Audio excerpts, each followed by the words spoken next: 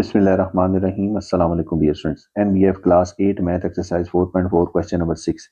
Ayan got a profit of rupees 30,000 at 10% for 3 years from a bank. Find the amount deposited by him. Question की statement में बताया गया है कि अयान ने 30,000 रुपए का मुनाफा 10% सालाना के हिसाब से 3 साल के लिए एक बैंक से हासिल किया। क्वेश्चन की स्टेटमेंट में पूछा गया है कि बताइए उसने कितने पैसे जमा कराए थे। डियर स्टूडेंट्स, प्रॉफिट का फार्मूला होता है principal amount is multiplied by a rate is multiplied by time is divided by 100। अब देखिए प्रॉफिट हमें मालूम है वो है 30,000। प्रिंसिपल अमाउंट हमने कैलकुलेट करनी है, हमें नहीं मालूम। P is multiplied by rate है 10 इज मल्टीप्लाइड बाय टाइम है 3 इज डिवाइडेड बाय 100। 10 10 आर 100 और 10 यहाँ डिवीजन में है और 3 यहाँ मल्टीप्लीकेशन में है। जब ये दूसरी साइड पे जाएंगे तो जो वैल्यू डिवीजन में है वो मल्टीप्लाई हो जाएगी और जो मल्टीप्लाई हो रही है वो डिवीजन में चली जाएगी। सो हमें यहाँ से P की वैल्यू हासिल होगी 30,000 is multiplied by 10 is divided by 3। इसको मजीद हम सिंप्लीफाई करेंगे तो हमें जो वैल्यू हासिल होगी वो होगी 1 lakh.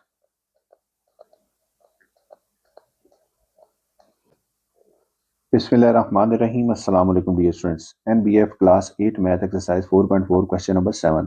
Aruba deposits rupees 90,000 in a bank at 4.5%. After how many years will she get an amount of rupees 1,18,350? Question की स्टेटमेंट में बताया गया है कि अरूबा ने 90,000 रुपए बैंक में 4.5% सालाना मुनाफे पे जमा कराया है। क्वेश्चन की स्टेटमेंट में पूछा गया है कि बताइए कितने सालों बाद उसको 1,18,350 रुपए मिलेंगे। डियर स्टूडेंट, सबसे पहले तो हमने करना है प्रॉफिट कैलकुलेट। देखिए उसको जो पैसे मिलेंगे वो होंगे 1,18,350 और उसने जो पैसे जमा कराए वो है 90,000। तो जो पैसे उसको मिलेंगे उसमें से जब हम जो पैसे जो उसने जमा कराए हैं माइनस करेंगे तो हमें प्रॉफिट हासिल हो जाएगा। तो प्रॉफिट हमें हासिल होगा जब सब्ट्रैक्शन करेंगे तो 28,350 रुपए। अब देखिए ये हमने कैलकुलेट किया है प्रॉफिट। अब देखिए प्रॉफिट का फार्मूला होता है principal amount is multiplied by rate is multiplied by time is divided by 100। अब यहाँ पे हम सारी वैल्यूज पुट करते हैं। प्रॉफिट है 28,350। प्रिंसिपल अमाउंट वो है जो उसने बैंक में जमा कराई थी, ये थी 90,000। रेट है 4.5। टाइम हमें नहीं मालूम, हमने कैलकुलेट करना है क्योंकि ईयर्स उसने पूछे हैं। Is divided by 100। सिंप्लीफाई कर देते हैं। अब देखिए 900 और 4.5 दोनों टी से मल्टीप्लाई हो रहे हैं तो क्वेश्चन की दूसरी साइड पे जाएंगे तो डिवीजन में चले जाएंगे। सो टाइम की वैल्यू में हासिल होगी 28,350 is divided bye 900 is multiplied bye 4.5। और जब आप इसको कैलकुलेटर पे सिंप्लीफाई करोगे तो आपको जो वैल्यू हासिल होगी वो होगी 7 ईयर्स। बिस्मिल्लाहिर्रहमानिर्रहीम। अस्सलाम वालेकुम dear students. NBF class 8 math exercise 4.4 question number 8। Fatima invested rupees 6 lakh at 9% for 3 years and rupees 4 lakh at 8% for 4 years। Find total profit got by हर।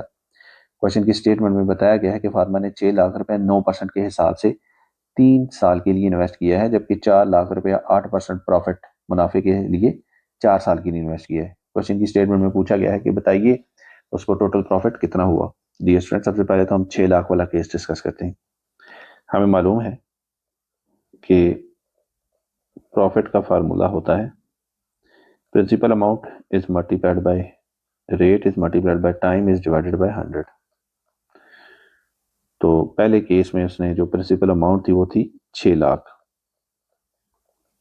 और रेट था 9 और टाइम था 3 साल इज डिवाइडेड बाय 100। इसको हम सिंप्लीफाई करेंगे तो हमें जो वैल्यू हासिल होगी वो होगी 1,62,000। अब दूसरा केस देखें। प्रॉफिट का यही फार्मूला है, profit is equal to P R into T divided by 100। दूसरे केस में इसको जो प्रॉफिट होगा, देखिए 4 लाख उसे इन्वेस्ट किया, ये है प्रिंसिपल अमाउंट, रेट था 8% और टाइम था 4 साल इज डिवाइडेड बाय 100। इसको मजीद सिंप्लीफाई करेंगे हम तो हमें जो वैल्यू हासिल होगी वो होगी 1,28,000।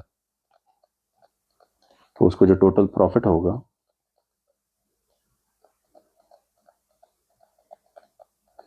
वो इन दोनों वैल्यूज को ऐड करने से होगा। तो 1,62,000 जमा 1,28,000, तो टोटल प्रॉफिट की वैल्यू हमें हासिल होगी 2,90,000।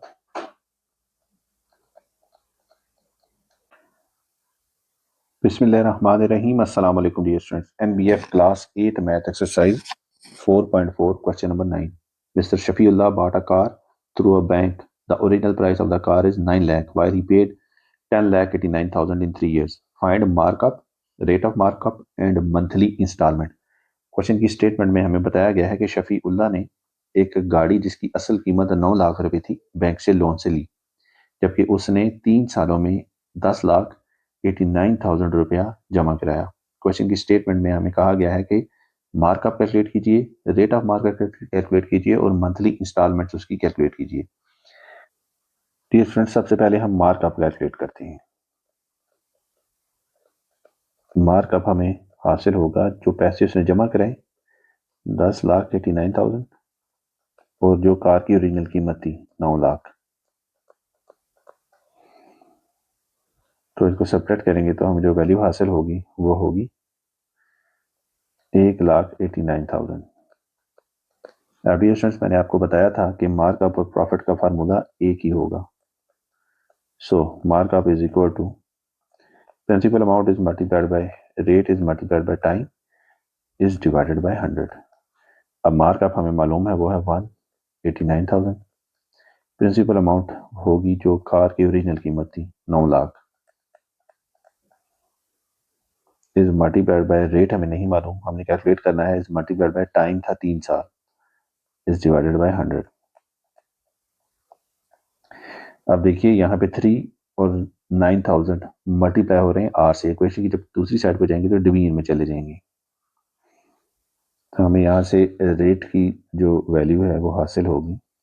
Rate is equal to 1,89,000 is divided by 9,000 is multiplied by 3। इसको मजीद सिंप्लीफाई करेंगे तो हमें जो वैल्यू हासिल होगी वो होगी 7%। ये था मार्कअप रेट। अब उसने इंस्टॉलमेंट्स कितनी जमा कराई? ठीक है, मंथली इंस्टॉलमेंट की बात हो रही है, माहाना इंस्टॉलमेंट। तो टाइम यहाँ पे दिया गया है 3 ईयर्स।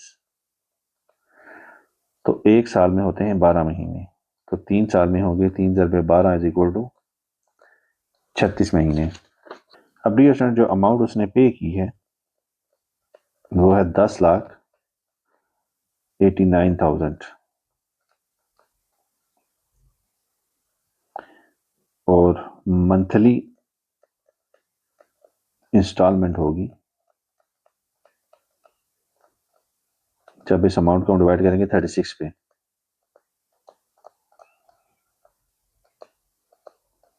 तो माहाना किस्त उसकी बनेगी 30,250 रुपया।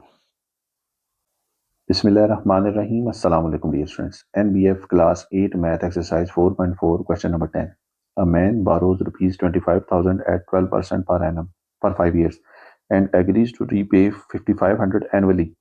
How much loan is outstanding against him at the end of 3 years? Question की स्टेटमेंट में बताया गया है कि एक आदमी ने 25,000 रुपये 12% सालाना के हिसाब से उधार पे लिए हैं 5 साल के लिए, और इस बात पे एग्री किया है कि वो 5,500 रुपया सालाना जमा कराएगा। क्वेश्चन की स्टेटमेंट में पूछा गया है कि बताइए 3 साल बाद उस पे उधार के कितने पैसे रह जाएंगे। डियर स्टूडेंट्स, मैंने आपको पहले बताया था कि मार्कअप और प्रॉफिट दोनों का फार्मूला सेम है। सबसे पहले तो हम मार्कअप कैलकुलेट करते हैं। इसमें मार्कअप होगा principal amount is multiplied by rate is multiplied by time is divided by 100।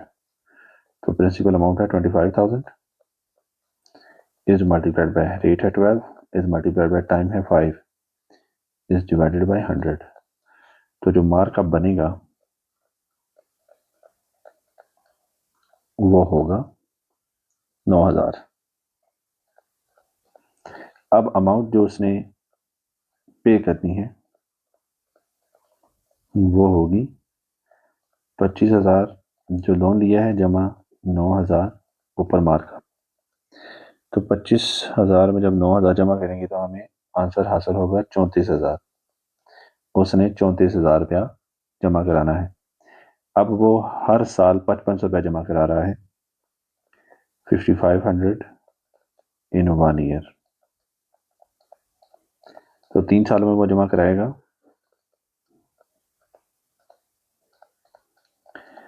5500 is multiplied by 3 जो कि बनता है 16,500। अब क्वेश्चन की स्टेटमेंट में अगर हमसे कहा है कि आउटस्टैंडिंग अमाउंट कैलकुलेट कीजिए। सो आउटस्टैंडिंग होगी अमाउंट जितने पैसे उसने देने हैं माइनस जितने पैसे दे चुका 165,000 सॉरी 165,000। तो उसकी आउटस्टैंडिंग अमाउंट जो है वो हासिल होगी हमें 17,500। 3 साल बाद उसने 17,500 रुपये मजीद देने हैं।